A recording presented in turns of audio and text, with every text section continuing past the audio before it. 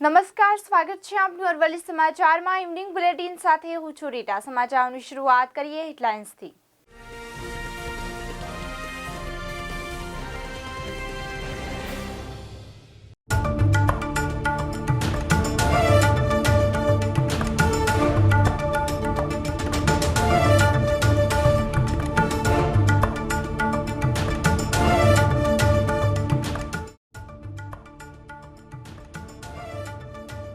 ऐतिहासिक क्षणना गुजरातीओ साक्षी बनशे। रामलल्लानी प्राण प्रतिष्ठाना महोत्सवमां 90 जेटला महानुभावोनी हाजरी आपवा आमंत्रण।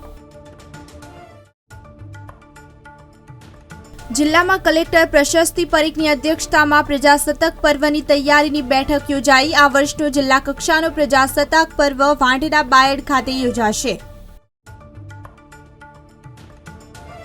3 દિવસ ઠંડીનું જોર યથાવત રહેશે। Visibility 600 metre. સુરત આવતી જતી ફ્લાઇટો અને ટ્રેનો 4 કલાક મોડી।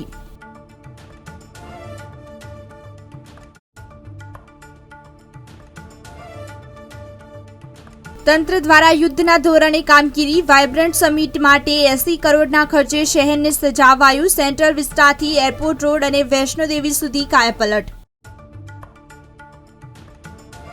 गुजरात सरकारनी भरती जाहेरात। गौण सेवा पसंदगी मंडळे 4300 जग्याओं माटे भरती बहार पाड़ी। आजथी उमेदवारो फॉर्म भरी शकशे।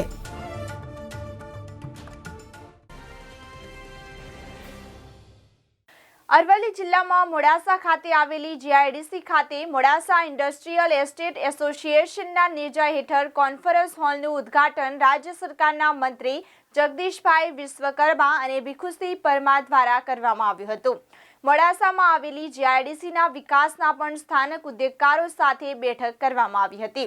રાજ્ય સરકારના મંત્રી જગદીશભાઈ વિશ્વકર્માએ જણાવ્યું હતું કે રાજ્ય સરકારની વાઇબ્રન્ટ ગુજરાત હેઠળ ચાલતી વન ડિસ્ટ્રિક્ટ વન પ્રોડક્ટ હેઠળ કરાયેલા ડિસ્ટ્રિક્ટ વાઇબ્રન્ટ ખૂબ સફળ રહ્યા છે, જેના કારણે સ્થાનિક ઉદ્યોગકારો પોતાના વિસ્તારમાં મોટા પાયે ઉદ્યોગ કરી રાજ્યવ્યાપી કામ કરી શકે તેવો પ્રયાસ છે। મોડાસામાંથી 600 કરોડના 10 એમઓયુ થયા છે, જે મોડાસાના વિકાસને આગળ ધપાવશે। આનંદ એ વાતનું છે કે આ વખતે સરકારે જે વાઇબ્રન્ટમાં વન ડિસ્ટ્રિક્ટ્સના વન પ્રોડક્ટ અંતર્ગત જે ડિસ્ટ્રિક્ટ વાઇઝ વાઇબ્રન્ટ કર્યા એમાં ખૂબ સારી સફળતા મળી છે। આજે જીઆઈડીસીના મિત્રોનો મળીને આનંદ થયો અને હમણાં જ જે મારી પાસે આંકડા છે લગભગ 10 કરતાં પણ વધારે એમઓયુ સ્થાનિક મોડાસામાં થયા। લગભગ 600 કરોડ કરતાં પણ વધારેના એમઓયુ એ સ્થાનિક લેવલ થયા છે। જીઆઈડીસીના મિત્રોને એમએસએમઈ ઇન્ડસ્ટ્રીઝની કઈ રીતે ગ્રોથ થઈ શકે એ પ્રકારના ડિસ્કશન થયા છે। અહીંયા ફૂડ એગ્રો ઇન્ડસ્ટ્રીઝ પણ ઘણી છે અને કોરી ઇન્ડસ્ટ્રીઝ પણ ઘણી બધી છે। અહીંયા હજી ઇન્ડસ્ટ્રીયલ ગ્રોથ વધારે કઈ દિશામાં થઈ શકે એવી સ્થાનિકો સાથે ચર્ચા થઈ છે। દેશના યશસ્વી વડાપ્રધાન માનનીય નરેન્દ્ર મોદી સાહેબ અને ગુજરાતના મુખ્યમંત્રી માનનીય ભૂપેન્દ્રભાઈ પટેલ દ્વારા જે વન ડિસ્ટ્રિક્ટ્સ વન પ્રોડક્ટનો જે અભિગમ લઈને ચાલી રહ્યા છે, દરેક ડિસ્ટ્રિક્ટમાં અલગ અલગ પ્રોડક્ટોનું પોતાનું સેગમેન્ટ હોય, પોતાનું બજાર હોય, એ રીતે આવનાર દિવસો મોડાસા પણ ખૂબ પ્રગતિ કરશે। અરવલ્લી જિલ્લા સમાહર્તા પ્રશસ્તિ પારીખની અધ્યક્ષતામાં પ્રજાસત્તાક પર્વની તૈયારી અને આયોજન અંગે બેઠક યોજાઈ હતી। આ વર્ષનો જિલ્લા કક્ષાનો પ્રજાસત્તાક પર્વ હેલીપેડ ગ્રાઉન્ડ વાંટડા બાયડ ખાતે યોજાશે। પ્રજાસત્તાક પૂર્વના સુચારુ આયોજન માટે અધિકારીઓને વિવિધ કામગીરી સોંપવામાં આવી હતી। જિલ્લા કલેક્ટર દ્વારા તમામને તેમના કામગીરી સંદર્ભે માર્ગદર્શન આપ્યું હતું। બેઠક વ્યવસ્થા, ટેબલો, પરેડ ગ્રાઉન્ડ, સાંસ્કૃતિક કાર્યક્રમ અંગે વિગતવાર ચર્ચા કરવામાં આવી હતી। આ બેઠકમાં જિલ્લા પોલીસ વડા શેફાલી બરવાલ, નિવાસી અધિક કલેક્ટર જે.કે. જગોડા, ગ્રામ વિકાસ એજન્સી નિયામક રાજેશ કુચારા સહિત અમલીકરણના અધિકારીઓ ઉપસ્થિત રહ્યા હતા। બીજી તરફ નજર કરીએ તો હિમાચલમાં ભારે હિમવર્ષા સાથે ઉત્તર પૂર્વ દિશાથી બર્ફીલા પવનોનું જોર વધતા રાજ્યભરમાં ઠંડીનું મોજું ફરી વળ્યું છે। શહેરમાં સવારથી જ ગાઢ ધુમ્મસ છવાતા વિઝિબિલિટી ઘટીને માત્ર 600 મીટર થઈ ગઈ હતી। 8 કિલોમીટરની ઝડપે પવન ફૂંકાતા મહત્તમ તાપમાન 2.8 ડિગ્રી સુધી ગગડી જતા દિવસે પણ ગરમ વસ્ત્રો પહેરવાની ફરજ પડી હતી। 16.2 ડિગ્રી સાથે સિઝનની સૌથી વધુ ઠંડી અનુભવાઈ હતી। આગામી 3 દિવસ ઠંડીનું જોર યથાવત રહેશે અને પારો 16 ડિગ્રીની આસપાસ રહી શકે છે। સમાચારોમાં આગળ વાત કરીએ તો સરકાર દ્વારા આગામી 10 થી 12 જાન્યુઆરીના રોજ ગાંધીનગર ખાતે વાઇબ્રન્ટ સમિટનું આયોજન કરવામાં આવ્યું છે. વર્ષ 2019 બાદ પ્રથમ વખત વાઇબ્રન્ટ સમિટનું આયોજન થવા જઈ રહ્યું છે, જેમાં દેશ વિદેશના મહાનુભાવો, વિવિધ ક્ષેત્રના તજજ્ઞો અને ઉદ્યોગ સાહસિકો હાજર રહેશે. આ દરમિયાન તંત્ર દ્વારા શહેરની કાયાપલટ કરી દેવામાં આવી છે. અંદાજિત 80 કરોડથી વધુના ખર્ચે વિવિધ વિભાગોના બજેટ થકી શહેરમાં વિકાસ કાર્યો કરવામાં આવી રહ્યા છે. તંત્ર દ્વારા યુદ્ધના ધોરણે કામગીરી કરાઈ રહી છે. ગુજરાત સરકારના ગૌણ સેવા પસંદગી મંડળ દ્વારા વિવિધ પોસ્ટ માટે ભરતી બહાર પાડવામાં આવી છે, જેમાં ગ્રુપ એ માં head clerk, senior clerk, office assistant સહિત 18 પોસ્ટ માટેની ભરતીની જાહેરાત કરવામાં આવી છે. જ્યારે ગ્રુપ બી માં જુનિયર ક્લાર્ક અને આસિસ્ટન્ટ ડેપો મેનેજર પોસ્ટ માટેની ભરતીની જાહેરાત કરવામાં આવી છે. ગૌણ સેવા પસંદગી મંડળ દ્વારા કુલ 20 કેડરની 4300 જગ્યાઓમાં ભરતી કરવામાં આવશે. રાજપીપળા સહિત સમગ્ર નર્મદા જિલ્લામાં વહેલી સવારે આજે ત્રીજા દિવસે ગાઢ ધુમ્મસ જોવા મળ્યું હતું. આ ધુમ્મસ એટલું બધું ગાઢ હતું કે સામેવાળી વ્યક્તિ એકબીજાને જોઈ શકતી ન હતી. 5 ફૂટ દૂર ઉભેલી વ્યક્તિ એકબીજાને જોઈ શકતી ન હતી. કરજણ નદીમાં 5 ફૂટ ઊંચા વરાળની લહેરો ઉઠતી જોવા મળી હતી. તો વાતાવરણમાં ભેજનું પ્રમાણ વધવાના તાપમાનનો કારો ગગડીને 15 ડિગ્રીએ પહોંચ્યો હતો. સમાચારોમાં આગળ વાત કરીએ તો રાજ્ય હવામાન વિભાગ દ્વારા આગામી દિવસોમાં ઠંડીનું પ્રમાણ વધવાની આગાહી આપી હતી.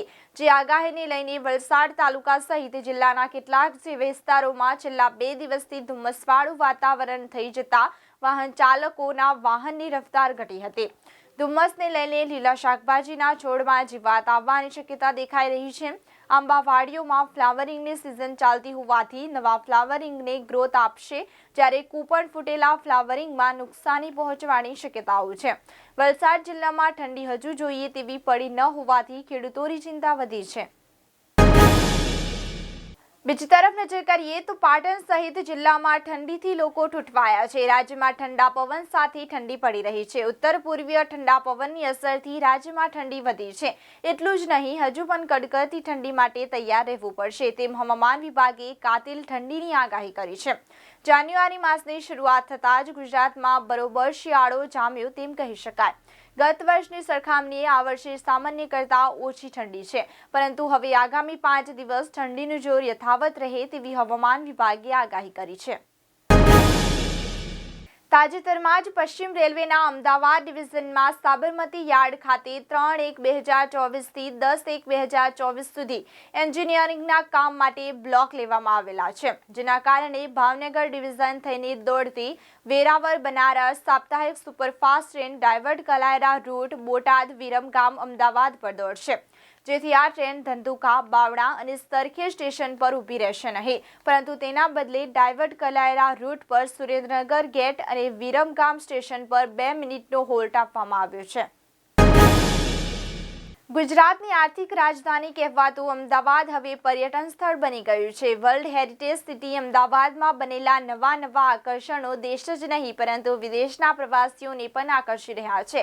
દેશનું એક નવું નજરાણું એટલે અટલ બ્રિજ. બ્રિજ બન્યો ત્યારે કોઈએ કલ્પના પણ ન કરી હોય કે અધધ પ્રવાસીઓ તેની મુલાકાત લેશે.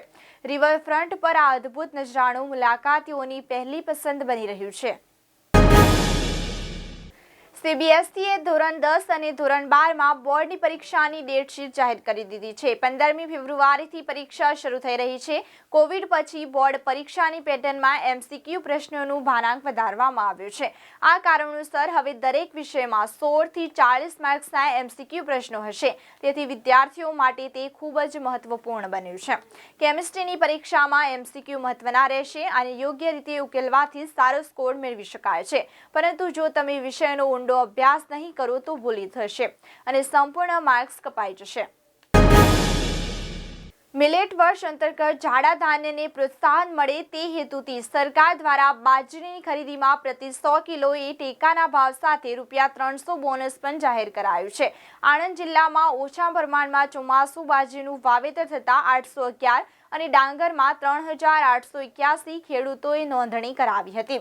જેમાં આણંદ જિલ્લામાં 4692 જેટલું ડાંગર માટે ટેકાના પ્રતિ 100 કિલોએ 2183, એ ગ્રેડની ડાંગર માટે 2209 ભાવ નક્કી કરવામાં આવ્યો છે, જ્યારે પ્રતિ 100 કિલો બાજરીનો 2500 સાથે ₹3 બોનસ પણ જાહેર કર્યું છે।